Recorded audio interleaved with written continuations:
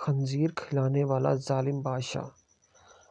پرانے زمانے میں بنی اسرائیل کا ایک بادشاہ تھا جو کافر ہونے کے ساتھ ساتھ ظالم بھی تھا، جو لوگوں کو خنزیر کا گوشت کھانے پر مجبور کرتا تھا۔ جو آدمی انکار کرتا تھا اسے سخت سزا دے کر ہلاک کر دیتا تھا۔ پھر اس زمانے کے سب سے بڑے عابد کو بادشاہ کے پاس لایا گیا۔ لوگ اس عابد کے مرتبے اور فضیلت سے آگاہ تھے۔ لوگ نہیں چاہتے تھے کہ اس عابد کو بزرگ کو بادشاہ کی طرف سے کوئی تکلیف پہنچے۔ چونکہ ایک سپاہی نے عابد سے کہا، آپ مجھے ایک بکری کا بچہ ذبح کر دے دیں۔ جب بادشاہ کہے گا کہ اس عابد کے سامنے خنزیر کا گوشت رکھیں تو میں وہی بکری کا گوشت آپ کے سامنے پیش کر دوں گا۔ بادشاہ یہ سمجھ گیا۔ بادشاہ سمجھے گا کہ آپ اس کی خواہش کے مطابق خنزیر کا گوشت کھا لیا اور اس طرح آپ بھی ہلاکت سے محفوظ رہ جائیں گے۔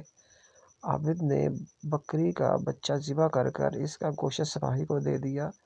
جب عابد کو بادشاہ کے سامنے لایا گیا تو بادشاہ نے حکم دیا کہ خنزیر کا گوشت لایا جائے۔ منصوبے کے مطابق تو اس سپاہی نے بکری کا گوشت عابد کو پیش کیا۔ بادشاہ نے کہا، میرے سامنے خنزیر کا گوشت کھاؤ۔ عابد نے کہا، میں ہرگز نہیں کھاؤں گا۔ یہ سن کر سپاہی نے اشارے سے بتایا کہ یہ وہی بکری کا بچے کا گوشت ہے جو آپ نے دیا تھا، آپ بلا جھجک کھا لیں۔ لیکن عابد نے بادشاہ کے سامنے وہ گوشت کھانے سے انکار کر دیا۔ ظالم بادشاہ نے سپاہیوں کو حکم دیا کہ اس کو قتل کریں۔ جب عابد قتل کے لیے جانے لگے تو وہی سپاہی قریب آیا اور کہا، آپ نے گوشت کیوں نہ کھایا؟ باخدا یہ وہی گوشت تھا جو آپ نے دیا تھا۔ عابد نے ایسی کوئی بات نہیں، بلکہ میں اس بات سے کیا ڈر گیا تھا کہ لوگ میری وجہ سے فتنہ فساد ہو جائیں گے، کیونکہ جب بھی کسی کو خنزیر کا گوشت کھلانے پر مجبور کیا جائے گا تو انہیں کہ فلاں عابد نے بھی تو مجبور ہو کر اس حرام گوشت کو کھا لیا، لہٰذا ہم بھی کھا لیں۔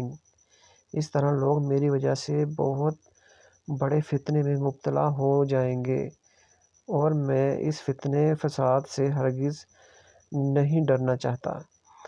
اور یہ کہہ کر وہ عابد خاموش ہو گیا اور جلاد نے اس کا سر دھڑ سے ختم کر دیا۔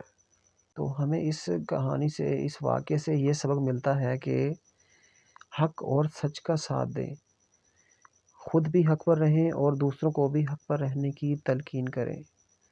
جو دوست چینل پر نئے ہیں چینل کو سبسکرائب اور ویڈیو کو شیئر کریں اور بیل آئیکن کو پریس کریں۔